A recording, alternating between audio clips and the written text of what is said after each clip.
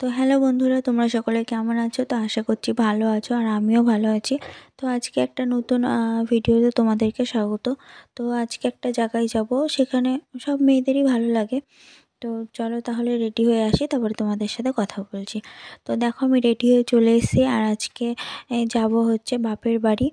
তো সকলেই ভালো লাগে বাপের বাড়ি যেতে। তো আমারও ভালো লাগে, কিন্তু আমার যাওয়াটা ঠিক হয় না, অনেক দিন পর পর যাই। তো ওদিকে ছেলেরও রেডি করে দিয়েছি, তো এখন আমি যাব। তো চলো তাহলে যাওয়া যাক, ওখানে গিয়েই কথা বলবো তোমাদের সাথে। এই যে আমি বেরিয়ে গেছি। তো সারাদিন আর কোনো শ্যুট করতে পারিনি, তো একেবারে সন্ধ্যাবেলা এই যে মা কফি করে দিয়েছে, আর আমি মুড়ি মেখেছিলাম, তো সেটাই একটু দেখাচ্ছি তোমাদের।